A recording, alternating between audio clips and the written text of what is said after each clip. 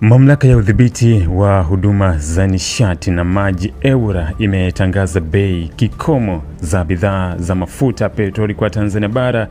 zitakazotumika kuanzia hii leo Novemba 5 mwaka 2025, ambapo katika bandari ya Dar es Salaam petroli itauzwa kwa shilingi 2752 kwa lita, Tanga shilingi 2813 na bandari ya Mtwara kwa shilingi 2884 kwa bei ya rejareja kwa lita. Diesel itauzwa kwa shilingi 2704 katika bandari ya Dar es Salaam, shilingi 2766 bandari ya Tanga na shilingi 2797 katika bandari ya Mtwara.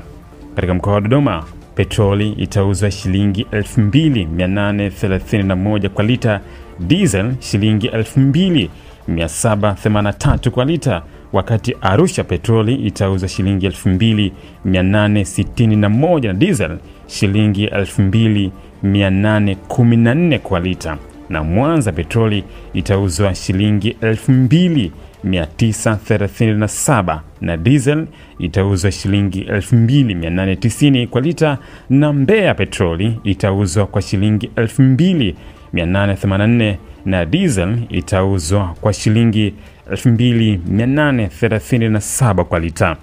EWURA imewataka wafanyabiashara wote wa bidhaa za mafuta ya petroli kwa rejareja na jumla kuuza mafuta kwa bei zilizotangazwa na mamlaka hiyo, na atakayekiuka agizo hilo hatua kali za kisheria zitachukuliwa dhidi yake. Pia imevitaka vituo vyote vya mafuta kuchapisha bei za bidhaa za mafuta petroli katika mabango yanayoonekana bayana yakionyesha bei za mafuta, punguzo, vivutio vya kibiashara vinavyotolewa na kituo husika, ili pale ambapo inawezekana kuchagua wateja waweze kununua bidhaa hizo katika vituo vinavyouza kwa bei nafuu zaidi ili kuimarisha ushindani. Kwa mujibu wa EWURA, kuuza mafuta bila kuweka mabango ya bei inayoonekana vizuri kwa wateja ni kosa, na adhabu kali itatolewa kwa kituo husika kwa kutotekeleza matakwa ya kisheria kwa mujibu wa kanuni husika. Aidha, EWURA imewataka wauzaji wa bidhaa za mafuta ya petroli kutoa stakabadhi za mauzo kutoka kwenye electronic fiscal pump printers, na ununuzi hakikisha wanapata stakabadhi hizo za malipo zinazoonyesha jina la kituo, tarehe, aina ya mafuta yaliyonunuliwa na bei kwa lita.